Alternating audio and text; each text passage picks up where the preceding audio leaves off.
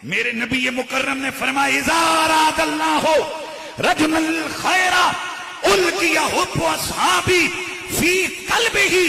जब अल्लाह किसी बंदे के साथ भलाई का इरादा करना चाहता है तो हुजूर फरमाते मेरे सहाबा का प्यार उसके दिल में डाल देता है। आस्ताना आलिया गोलड़ा शरीफ के इस अजीमुश्शान इज्तिमा से डंके की चोट पे ये ऐलान किया जाता है मुस्तफा का हर यार जिंदाबाद।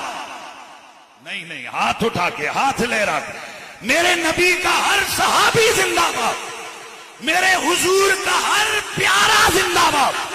और याद रखिए जैसे हुजूर की आले बैत का बुग़्ज़ी लानती है वैसे मेरे मुस्तफा के सहाबा का बुग़्ज़ी भी लानती है।